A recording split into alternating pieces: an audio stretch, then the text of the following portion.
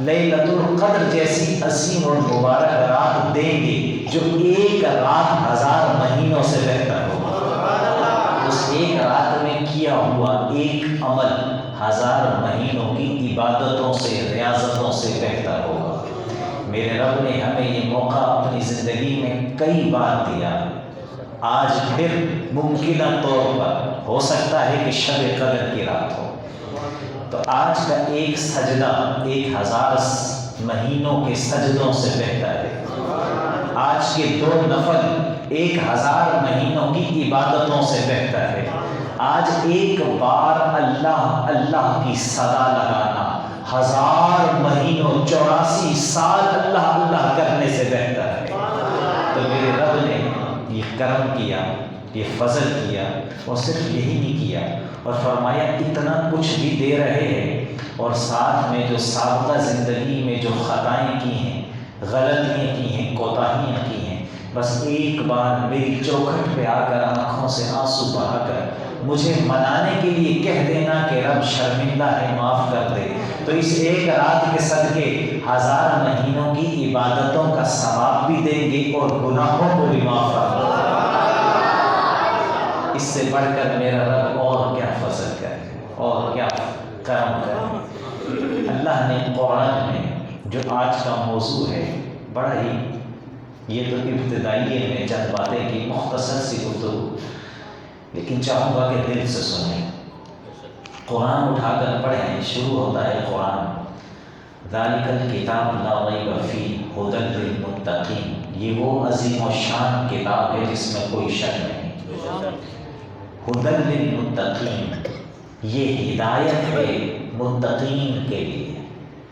قرآن ہدایت ہے متقین کے لیے، سب کے لیے نہیں کہا قرآن نے۔ قرآن کا آغاز ہو رہا ہے، میرا رب فرما رہا ہے قرآن ہدایت ہے متقین کے لیے۔ یا ایھا الذین آمنوا اتقوا اللہ، اے ایمان والو تقوی اختیار کرو۔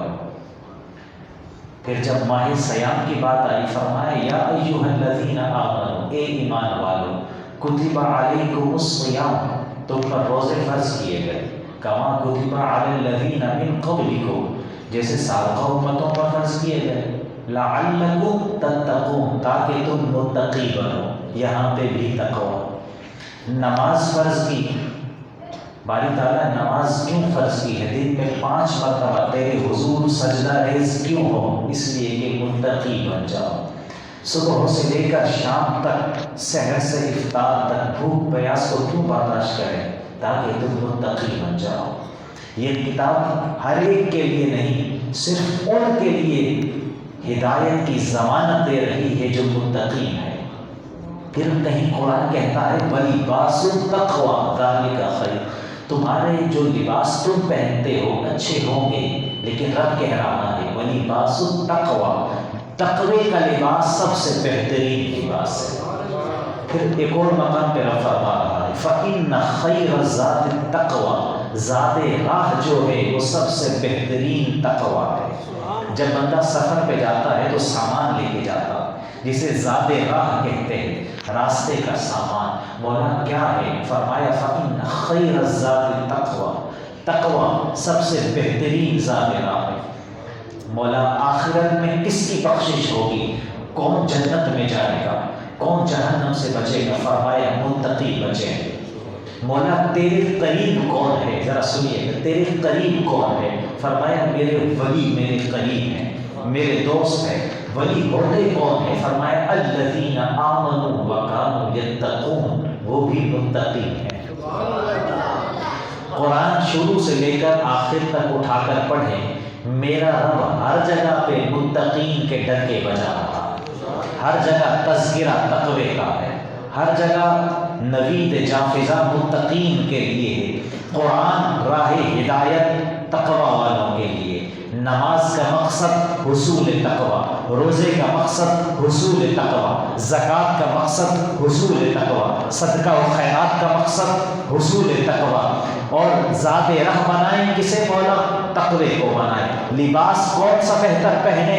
تقوی کا لباس بہتر پہنے۔ زندگی کیسے گزاریں؟ تقوی اختیار کر کے گزاریں۔ میرا دوست کون بنے گا؟ ولی کون بنے گا؟ جو متقی ہوں گے۔ شروع سے لے کر آخر تک رب ایک ہی پکار کر رہا ہے کہ لوگوں متقی بن جاؤ، متقی بن جاؤ، متقی بن جاؤ۔ اب پوچھا گیا، سیدنا ابو ہریرہ رضی اللہ تعالی عنہ سے کسی نے پوچھا کہ یہ اللہ کے پیارے پیغمبر کے ساتھی، یہ جو ہر جگہ قرآن میں اللہ نے تقوی کا ذکر کیا ہے، یہ تقوی ہے کیا؟ تقوی کہتے کس کو ہے؟ سیدنا ابو ہریرہ رضی اللہ تعالی عنہ جواب دیتے ہیں، فرماتے ہیں، یہ سوال کرنے والے سائل سن، تو نے کبھی ایسی وادی میں سفر کیا ہے یا ایسی وادی سے گزرا ہے کہ جو خاردار جھاڑیوں سے بھری پڑی ہو؟ اس نے کہا کہ ہاں، میں ایسی وادی سے گزرا ہوں جو خاردار جھاڑیوں سے پر ہو۔ تو آپ نے فرمایا کہ تو ایسی وادی سے کیسے گزرا؟ تو سائل نے عرض کی کہ جب بھی میں ایسی کسی وادی سے گزرا جو خاردار جھاڑیوں سے بھری پڑی ہو تو میں اپنے دامن کو، کپڑوں کو بچا کر آہستہ آہستہ وہاں سے گزر گیا تاکہ وہ خاردار جھاڑیاں میرے دامن کو تار تار نہ کر دیں، میرے لباس کو تار تار نہ کر دیں۔ آپ نے فرمایا فضا کا ہنر تقوی، یہی تقوی ہے، یہی تقوی ہے کہ تو نے دنیا میں زندگی ایسے گزارنی ہے کہ تو نے گناہوں کی آلودگی سے اپنے دامن کو تار تار نہیں ہونے دیا، تو نے اپنے دامن کو بچا کر دنیا سے گزر جانا، تو نے اپنے پہلو کو بچا کر دنیا سے گزر جاتا ہے۔ اور ائمہ فرماتے ہیں کہ خوبصورت تعبیر بیان کی ہے تقوی کی کہ تقوی کیا ہے، کہ جہاں تمہارا رب تمہیں دیکھنا چاہے تم وہاں پائے جاؤ، جہاں تمہارا رب تمہیں دیکھنا چاہے تم وہاں پائے جاؤ، اور جہاں نہ دیکھنا چاہے وہاں نہ پائے جاؤ۔ یہ تقوی ہے، یہ تقوی ہے کہ رب جو چاہے وہ کرو، جس سے منع کرے اس سے رک جاؤ، یہ تقوی ہے۔ خود کو کشتی دریا میں رہتی ہے، سمندر میں رہتی ہے، کشتی دریا کے پانی پر ہوتی ہے اور ہم کشتی میں ہوتے ہیں، تو جب تک یہ ترتیب ہے تو ہر ایک کا بھلا ہے کہ کشتی پانی پر اور ہم کشتی پر، تو ہر شے ٹھیک ہے، بھلا ہے، خیر ہے، عافیت ہے۔ لیکن اگر پانی کشتی میں آ گیا، نہ کشتی کی خیر نہ ہماری خیر، نہ ہم عافیت میں رہے نہ کشتی عافیت میں رہے۔ کشتی تب تک عافیت میں ہے، خیر میں ہے کہ جب تک پانی پر ہے۔ کشتی پانی پر سفر تو کرتی ہے لیکن کشتی میں پانی نہیں آتا۔ اہل علم کہتے ہیں کہ تم دنیا میں زندگی ایسے گزارو، ایسے گزارو کہ تم تو دنیا میں رہو لیکن دنیا تمہارے اندر نہ رہے۔ تم تو دنیا میں رہو لیکن دنیا تمہارے اندر نہ رہے، یہ تقویٰ ہے کہ تم دنیا میں رہو، دنیا تم میں نہ رہے، یہ تقویٰ ہے۔ اور شاہ نقشبند علیہ رحمہ فرماتے ہیں، بلکہ ان سے پہلے دنیا کیا ہے؟ امام ابو نعیم فرماتے ہیں دنیا کیا ہے؟ دنیا ہر وہ چیز جو اللہ سے غافل کر دے وہ دنیا ہے۔ ہر وہ چیز جو اللہ کی یاد سے غافل کر دے وہ دنیا ہے۔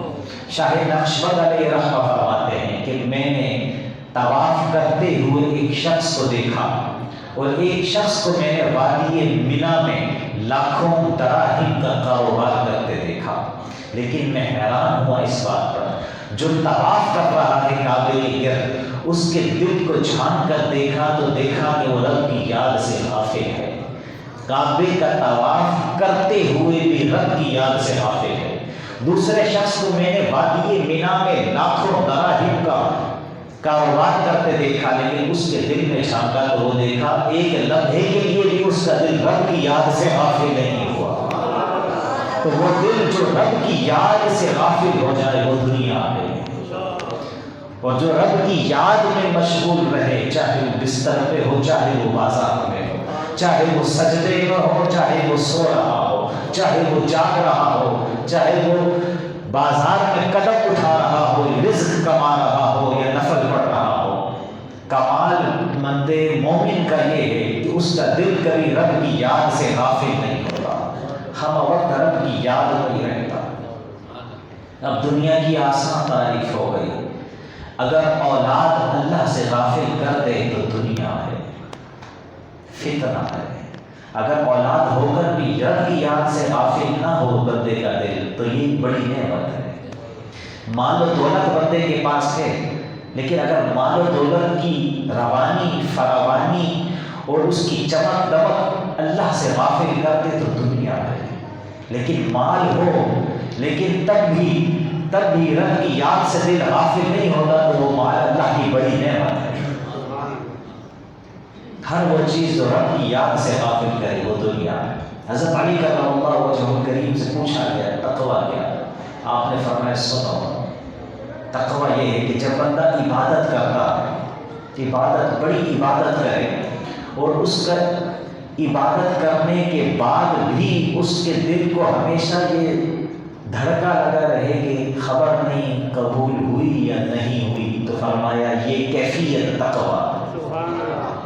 دل کی اس کیفیت کا نام کہ تعجب میں نہ پڑے، عجب میں نہ پڑ جائے کہ میں نے بڑی عبادتیں کر دی، ہم 4 نمازیں کیا پڑھ رہے ہیں، جو نماز نہیں پڑھتا اس کو حقیر سمجھ رہے ہیں، ہم 4 پیسے صدقہ کیا کرتے جو نہیں کرتا اس کو حقیر سمجھ رہے ہیں، ہمیں اپنے سجدوں پر بڑا عجب ہو جاتا ہے، بڑا ناز ہو جاتا ہے، بڑا فخر ہو جاتا ہے۔ فرمائے کہ نہیں، عبادت جتنی مرضی کرو، تقویٰ اسے کہتے ہیں کہ ہر دم دھڑکا لگا رہے، خبر نہیں قبول بھی ہوئی ہوگی یا کہ نہیں ہوئی ہوگی، عمل کیسا بھی ہو، جتنا بھی کر لیں،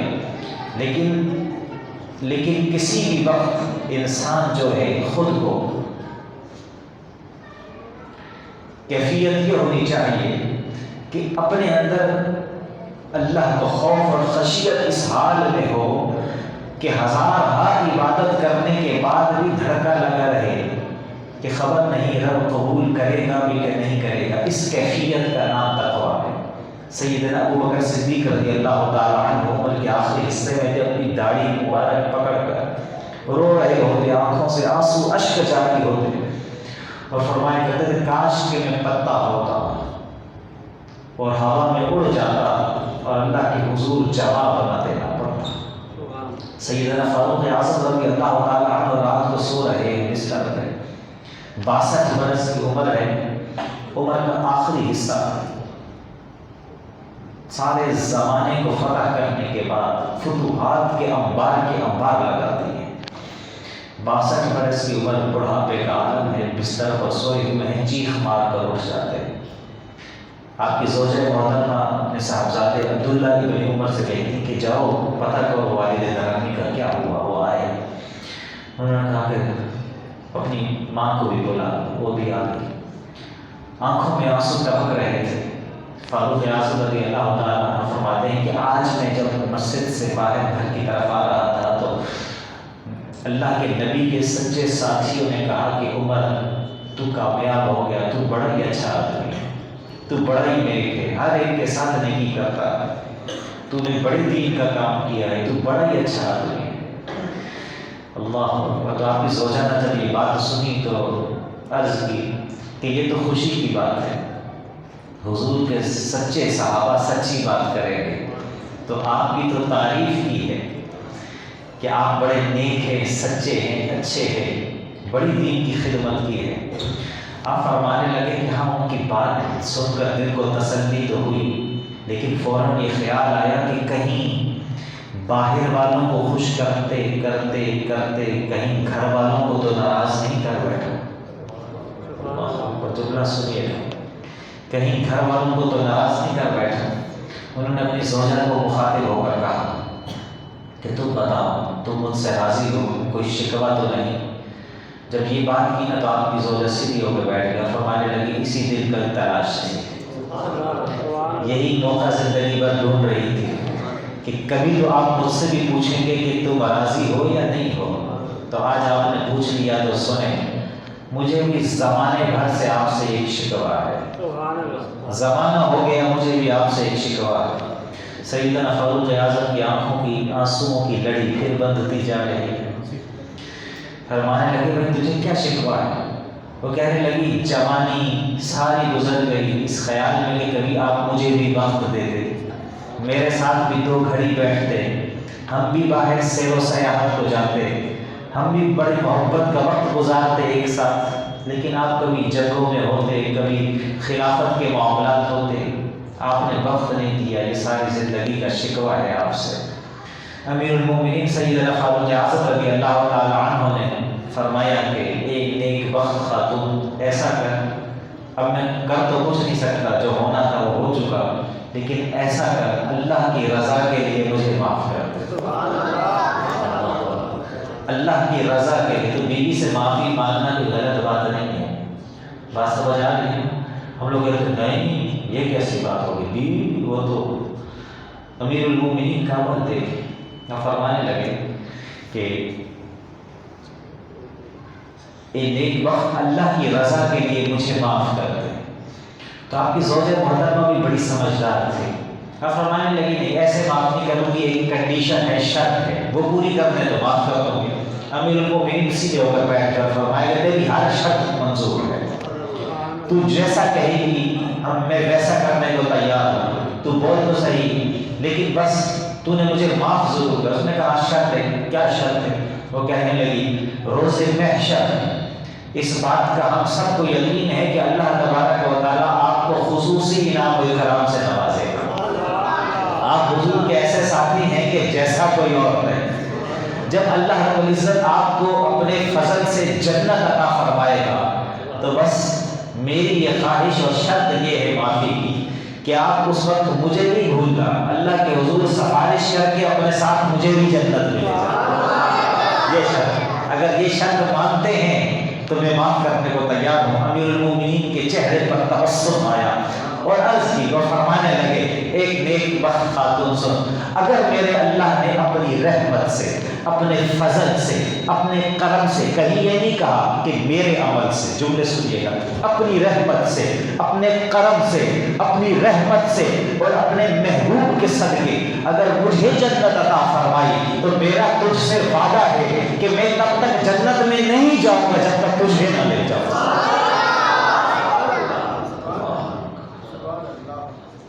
اللہ اکبر، زندگی گزارنے کا طریقہ دیکھیں، اللہ کو راضی کرنے کا طریقہ دیکھیں۔ اللہ تب تک راضی نہیں ہوتا جب تک بندے راضی نہیں ہوتے۔ کوئی یہ کہے کہ ماں باپ راضی نہ ہو تو نہ ہو، رب کو راضی کرنے 27ویں کی رات کبھی بھی ایسا نہیں ہوتا۔ کوئی یہ کہے کہ بیوی کا حق مارتا رہے اور اللہ کو راضی کر لے تو ایسا نہیں ہوتا۔ رشتہ داروں کے حقوق مار کر، پڑوسیوں پر ظلم و ستم کر کے کوئی یہ کہے کہ میں رب کو راضی کر لوں تو ایسا نہیں ہوا کرتا۔ پہلے ان کو راضی کرنا پڑے گا، لوگوں کو راضی کرنا مشکل ہے، میرا رب تو ایک آنسو پہ راضی ہو جاتا ہے، میرا رب تو ایک جملے پر، میرے رب کو کہوں کہ مولا بخش دے۔ وہ شخص تھا 70 برس تک صمد کہتا رہا پکارتا رہا۔ ایک دفعہ غلطی سے نکل گیا احد، رب نے فرمایا لبیک یا عبدی، اے میرے بندے حاضر ہوں، کیا کہا؟ فرشتوں نے کہا مولا 70 سال تک بت کی عبادت کر رہا ہے، آج تیرا نام جان بوجھ کر نہیں لیا، دانستگی میں نہیں، غلطی سے زبان پہ آیا ہے، تو پھر بھی جواب دے رہا ہے۔ فرمایا کہ اگر میں نہ دوں تو اس بت میں اور مجھ میں کیا فرق رہ جاتا؟ چلو نام زبان پہ آیا تو صحیح، چاہے غلطی سے ہی آیا تو صحیح۔ تو بندہ رب کو پکارے، پھر رب میرا، اور کمال کی بات بتاؤں، رب میرا شب قدر بھی نہیں دیکھتا، جب مانگو تب معاف کرتا، جب مانگو تب معاف کرتا۔ رمضان کا تو ایک لمحہ خدا کی قسم کروڑوں روپے سے بھی عزیز ہے، ساری دنیا کی نعمتیں اس رمضان کی نعمت پر قربان ہو جائے۔ میرے رب نے سب کو سب کچھ دیا امتوں کو، رمضان کسی کو نہیں دیا، رمضان کسی کو نہیں ملا، طاقتیں کسی کو نہیں ملی، روزے ملے لیکن رات کا قیام اللیل کسی کو نہیں ملا، تراویح صرف اس امت کے لیے، روزے تھے سابقہ امتوں میں، قیام اللیل صرف اس امت کی ہے جو تراویح ہے۔ بعض حضرات اس کو تہجد کہتے ہیں، تفرقے میں نہیں پڑتا، چاہے تہجد ہی مان لو بھائی، لیکن رات کا قیام صرف اس امت مصطفی کو ملا، تاکہ راتیں صرف ہمیں عطا فرمائے گا، اور شب قدر تو صرف خصوصی تحفہ محبوب کے صدقے ہمیں ملا۔ اللہ رب العزت نے اتنا کرم، سابقہ جو کتابیں تھیں یا صحیفے تھے، میں پہلے بھی بتا چکا ہوں، وہ زبانی یاد نہیں ہوتے تھے، ان کی تلاوت نمازوں میں نہیں ہو پاتی تھی، وہ نبی پڑھتا تھا، سمجھاتا تھا۔ اللہ کی پر قربان ہو جائے، اس کی عظمتوں پر اللہ نے قرآن ہمیں دیا، اور صرف قرآن نہیں دیا بلکہ 5 سال کے بچے سے لے کر 100 سال کے بوڑھے تک کے سینے میں محفوظ کروا۔ آپ دیکھیں مسجدوں کی مسجدیں ہیں، ہر گلی میں مسجدیں ہیں، اور ہر گلی میں مسجد سے رات کو تراویح کے وقت ذالک الکتاب لا ریب کی آوازیں بلند ہو رہی ہوتی ہیں، کہیں یاسین القرآن الحکیم کی آوازیں آ رہی ہوتی ہیں، رب کا قرآن پڑھا جا رہا ہوتا ہے، کانوں میں رس بول رہا ہوتا ہے۔ نزول قرآن اللہ نے اس امت کو عطا فرمایا، میرے رب نے اتنا کرم، اتنی مہربانی عطا فرمایا۔ تو حضرت علی رضی اللہ عنہ کریم نے فرمایا کہ تمہارا تقویٰ یہ ہے کہ تم کتنی بھی ریاضتیں عبادتیں کیوں نہ کر لو، لیکن تمہیں دھڑکا لگا رہے کہ خبر نہیں آخر میں کیا ہوگا، اسے تقویٰ کہتے ہیں، اس کیفیت کو، یہ کیفیت تقویٰ ہے۔ اور تقوی کا لباس سب سے بہترین ہے، وَلِبَاسُ التَّقْوَىٰ ذَٰلِکَ خَیْرٌ، سب سے بہترین تقوی کا لباس۔ جو لوگ تقوی اختیار کرتے ہیں اللہ تبارک و تعالیٰ انہیں اپنا قرب عطا فرماتا ہے، انہیں اپنا قرب عطا فرماتا ہے۔ اور متقی ہی ہیں، متقی بنتا ہی وہ ہے جو اللہ کی حضور توبہ کر لیتا ہے، جو رجوع کر لیتا ہے۔ تقوی کی پہلی سیڑھی توبہ ہے۔ آپ تقوی کی دہلیز پہ قدم تب تک نہیں رکھ سکتے جب تک رجوع نہ ہو جائے اللہ کی طرف، توبہ نہ ہو جائے اللہ کی طرف۔ اور رجوع کیا ہے؟ اگر بڑی خطا کار اور گناہ گار ہو، ہم بڑی توبہیں کرتے ہیں، ہر شب قدر میں، شب برات میں توبہ کرتے ہیں، لیکن وہ دل سے نہیں ہوتی، معذرت کے ساتھ۔ دل میں خیال پھر بھی ہوتا ہے کہ رات گزر جانے دو، صبح دکان پہ پھر جھوٹ بولنا، مال پھر اسی طرح بیچیں گے جس طرح کہ آج دن میں بیچ رہے تھے، تو یہ تو توبہ نہ ہوئی نا، یہ تو توبہ کے ساتھ مذاق ہو۔ توبہ تو وہ ہوتی ہے کہ جو بندہ کر لے تو پھر اس طرف آنکھ اٹھا کر بھی نہیں دیکھتا، پھر وہاں جانا تو دور کی بات، وہاں قدم اٹھانا بھی اس سمت میں گوارا نہیں کرتا، یہ توبہ ہے۔ ہاتھ پاؤں تو دور کی بات، بندہ اپنے خیالات و تصورات کو بھی اس جانب بھٹکنے نہیں دیتا جہاں میرے رب نے منع کیا۔ یہ حضرت فضالہ رضی اللہ تعالیٰ عنہ بعد میں اسلام لائے، جب مکہ میں کفار و مشرکین کے ظلم و ستم عروج پر تھے، اس وقت کا یہ واقعہ اور حدیث ہے۔ حضرت فضالہ بڑے عیاش قسم کے انسان تھے، اسلام لانے سے پہلے ہر رات ایک نئی خاتون ان کو درکار ہوتی تھی، اپنی دعوت رسی کے لیے، عیش و عشرت کے لیے۔ زمانے بھر کی خواتین مکے کی جو رؤسا تھی، مالدار آدمی تھے۔ ایک دن ابو جہل نے اعلان کیا، بڑا بدبخت ابو جہل ہی تھا جس کو آپ صلی اللہ علیہ وسلم نے اس امت کا فرعون قرار دیا، ابو جہل، بیٹا باتیں نہیں کرنا۔ ابو جہل نے اعلان کیا کہ جو شخص رسول اللہ صلی اللہ علیہ وسلم کو معاذ اللہ قتل کرے گا، میں اسے 100 سرخ اونٹ دوں گا انعام۔ اب آپ اس زمانے میں اربوں روپے اگر کسی چیز کی مالیت ہو تو اس زمانے کا جو ایک سرخ اونٹ ہوتا تھا وہ آج کی BMW سے زیادہ اہمیت رکھتا تھا اس زمانے کو، بالخصوص عرب کے ہاں۔ اور ابو جہل نے اعلان کیا جو رسول اللہ صلی اللہ علیہ وسلم کو الیاذ باللہ کلمہ کفر نوش جو قتل کرے گا میں اسے 100 سرخ اونٹ انعام میں دوں گا۔ فضالہ نے یہ بات سنی تو ابو جہل کے پاس آ کہنے لگا میں یہ کام کروں گا۔ انہوں نے کہا تو کر کے لے آؤ، انعام تیرا حاضر ہے۔ 100 سرخ اونٹ سے مراد کروڑوں اربوں روپیہ آج کے زمانے میں۔ اس نے کہا میں کرنے کو تیار ہوں۔ اس نے کہا کر اور انعام لے جاؤ۔ اب وہ گھر پہ آیا اور اس نے ایک خنجر تیار کیا اسپیشل قسم کا، اس خنجر کو اپنے کپڑوں میں چھپایا۔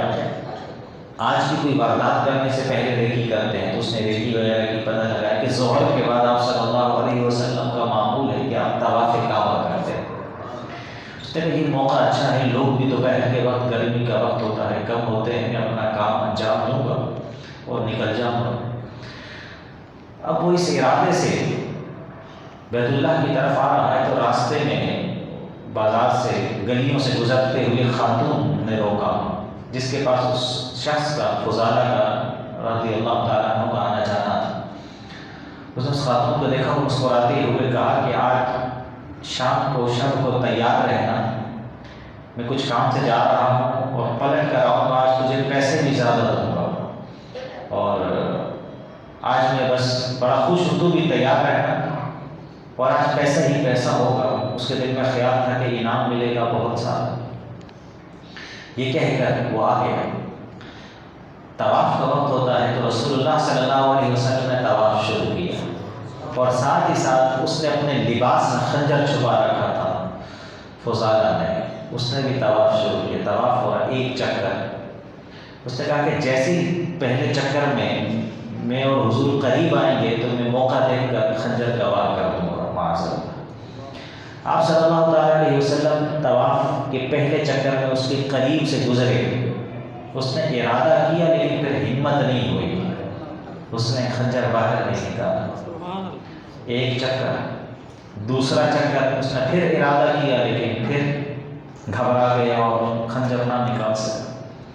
3 4 5 6 چھٹے چکر میں جب رسول اللہ صلی اللہ تعالیٰ علیہ وسلم فضالہ کے سامنے سے گزرنے لگے، اس نے ارادہ پھر کیا لیکن ہاتھ کانپ گئے، پھر خنجر نہ نکال سکا تو حضور خود رک گئے،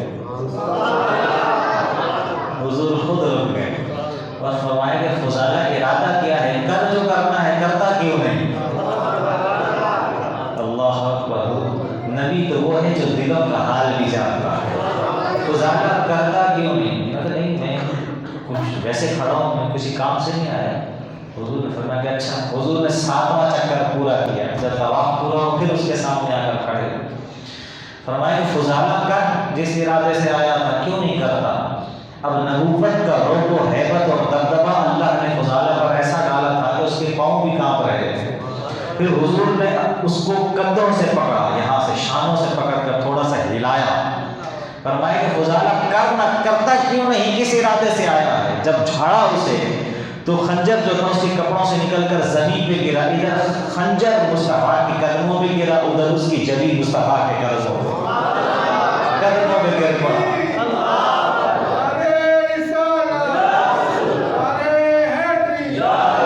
قدموں پہ گر پڑا اور کہنے لگا واقعی آپ اللہ کے سچے نبی ہیں۔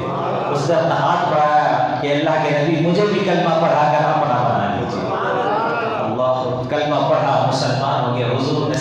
حضور نے کلمہ پڑھانے سے پہلے اس کے سینے پہ ہاتھ پھیرا، سینے کو صاف کیا، حضور کے دستے مبارک ہاتھ پھیر کر حضور نے کلمہ پڑھایا۔ فرمایا کہ جا فضالہ ایمان لے آئے۔ اب وہاں سے پلٹے آئے کہ کس ارادے سے پلٹ کے جا رہے ہیں نور ایمان لے کر، محبت مصطفیٰ لے کر۔ اب مکے کی اسی گلی سے گزر ہوا جہاں وہ خاتون کھڑی تھی، وہ اس کا انتظار کر رہی تھی۔ پہلے وہ اوپر کھڑی تھی، فضالہ کو آتے دیکھا تو وہ دوڑ کر دروازے پر آئے۔ ان کی آنکھیں ہیں کہ جھکی ہوئی ہیں، کل المؤمنین یغضوا من ابصارہم، مومن وہ ہیں جو اپنی آنکھوں کو جھکا کے رکھتے ہیں، آنکھیں جھکی ہوئی ہیں، چلے جا رہے ہیں۔ اس نے تھوڑے اپنی ادائیں دکھانے کی کوشش کی کہ میری جانب دیکھیں، لیکن ان کی آنکھیں نہیں اٹھی۔ جب دیکھا کہ دیکھ ہی نہیں رہا تو اس نے آواز دی فضالہ، پھر نہیں سنا، پھر اونچی آواز دی فضالہ فضالہ، پھر نہیں سنا، حتیٰ کہ قریب سے گزر گئے۔ جب گزر کے آگے گئے تو اس نے چیخنا چلانا بڑے آواز سے شور شرابہ شروع کی، فضالہ تو کہہ کر گیا تھا پلٹ کے آتا ہوں، میں منتظر ہوں، تو جاتا کدھر ہے آپ؟ خاموشی سے آپ دبے قدموں چلے جا رہے ہیں، جواب کوئی نہیں دیا، نہ پلٹ کے دیکھا، نہ آنکھ اٹھا کر دیکھا۔ جب رہا نہیں گیا، غصہ آیا اس خاتون کو، وہ دوڑتی ہوئی گئی اور آگے سے آگے ہوگا، آگے سے آگے ہو، فضالہ تو نے کیا ڈرامہ بنا رکھا، مجھے کہہ کر گیا تھا کہ میں پلٹ کر آ رہا ہوں، اب جانتے بوجھتے سنتے سمجھتے بھی میری بات کا جواب نہیں دیتا، نہ رک رہا ہے۔ آپ نے آنکھ نہیں اٹھائی، جواب ایک ہی دیا، جب گیا تھا تو حال اور تھا، اب آیا ہوں تو مصطفیٰ نے خرید لیا اور حضور نے خرید لیا ہے۔ اور جو غلام ہو پھر غلام آنکھ اٹھا کر نہیں دیکھا کرتے جب مالک کسی شے سے منع کرتے۔ توبہ یہ ہوتی ہے، رجوع یہ ہوتا ہے کہ جب مالک منع کر دے تو نوکر کی کیا وجہ ہے؟ باس منع کر دیتا ہے جب ہمیں کام پہ ڈیوٹی پہ، ہم وہ کام دوبارہ کرنے کی کوشش کرتے ہیں، نہیں کرتے، باس ناراض ہوگا، مالک ناراض ہوگا۔ وہ جو کل جہاں کا مالک ہے، واللہ علی کل شیء قدیر، قل اللہم مالک الملک تؤتی الملک من تشاء وتنزع الملک ممن تشاء وتعز من تشاء وتذل من تشاء بیدک الخیر انک علی کل شیء قدیر۔ جو عزتوں کا مالک، ذلتوں کا مالک، جو بادشاہتوں کا مالک، جو سارے زمانے کی خیر کل کا مالک ہے، جب وہ ہمیں کہتا ہے کہ میرے بندے اس گلی نہ جا، تیرا بھلا نہیں ہے، تو پھر اگر بندہ چلا جائے، رب کہتا ہے کہ چلا بھی گیا ہے تو لوٹ کر تو میری پاس آیا ہے، ایک بار مجھے پکار، میں تیرے سارے گناہوں کو معاف کر دوں گا۔ لیکن میرے بندے تو بھی مانگ تو ایسے، توبہ ایسے کر کہ تیرا ارادہ کل ہو، ارادہ مصمم ہو کہ آج کے بعد میں دوبارہ اس گناہ کو کرنے کی کوشش نہیں کروں۔ اگر بندہ ارادہ یہ دل میں رکھے کہ ابھی توبہ کر لیتا ہوں، کل پھر کر لوں گا، تو یہ توبہ نہیں ہے۔ توبہ یہ ہے کہ ارادہ مضبوط ہو، پھر بتقاضۂ بشریت، پھر زندگی میں کبھی اگر وہ خطا ہو جاتی ہے تو اللہ تبارک و تعالیٰ پھر بھی بندے کو اس خطا پر معاف کر دیتا ہے۔ لیکن توبہ تو توبہ ہونا، مذاق نہیں ہونا چاہیے۔ یا ایھا الذین آمنوا اتقوا اللہ، اے ایمان والو اللہ سے ڈرو، وَلْتَنْظُرْ نَفْسٌ مَا قَدَّمَتْ لِغَدٍ، اور تم میں سے ہر نفس دیکھ لے مَا قَدَّمَتْ لِغَدٍ، وہ آگے کیا بھیج رہا ہے، آگے کیا بھیج رہا ہے۔ عَلِمَتْ نَفْسٌ مَا قَدَّمَتْ وَأَخَّرَتْ، اللہ پاک نے فرمایا تم میں سے ہر ایک جان لے گا کہ پیچھے چھوڑ کر کیا گیا اور آگے کے لیے کیا بھیجا۔ جتنا مرضی مال کے پیچھے بندہ بھاگ لے، سب کچھ کر لے، وہ پیچھے چھوڑ کر جاتا ہے، آگے صرف اچھے اخلاق، نیک اعمال لے کر جاتا ہے۔ وَلْتَنْظُرْ نَفْسٌ مَا قَدَّمَتْ لِغَدٍ، ہر ایک جان لے، دیکھ لے، ہر نفس جان لے، دیکھے مَا قَدَّمَتْ لِغَدٍ، آگے کے لیے کیا بھیجا ہے۔ وَاتَّقُوا اللَّهَ، اور پھر فرمایا پھر اللہ سے ڈرو، تقوی اختیار کرو، إِنَّ اللَّهَ خَبِيرٌ بِمَا تَعْمَلُونَ وَلَا تَكُونُوا كَالَّذِينَ نَسُوا اللَّهَ فَأَنسَاهُمْ أَنفُسَهُمْ۔ یہ آیت ذرا سنیں، پھر بات کو ختم کرتا ہوں۔ وَلَا تَكُونُوا، تم ان لوگوں جیسے نہ ہو جانا، نسوا اللہ، جنہوں نے اللہ کو بھلا دیا، ان جیسے ہرگز نہ ہو جانا جنہوں نے اللہ کو بھلا دیا۔ کیوں کہ اس کا عبرتناک انجام اللہ نے اگلے دو لفظوں میں بیان کیا ہے، فَأَنسَاهُمْ أَنفُسَهُمْ، وہ لوگ جو اللہ کو بھلا دیتے ہیں، یا جس شخص نے اللہ کو بھلا دیا، فَأَنسَاهُمْ أَنفُسَهُمْ، ہم اس شخص کو اس کا اپنا نفس بھلا دیتے ہیں، اس کو سزا ایسی باریک دیتے ہیں کہ وہ ساری زندگی سمجھ ہی نہیں پاتا۔ فَأَنسَاهُمْ أَنفُسَهُمْ، اسے خود فراموشی کی سزا دیتے ہیں، وہ خود کو بھول جاتا ہے۔ اور ذرا یہ سمجھیے گا یہ جملہ، فَأَنسَاهُ أَنفُسَهُ، وہ خود کو بھول جاتا، وہ خود کو اپنی پہچان بھول جاتا ہے۔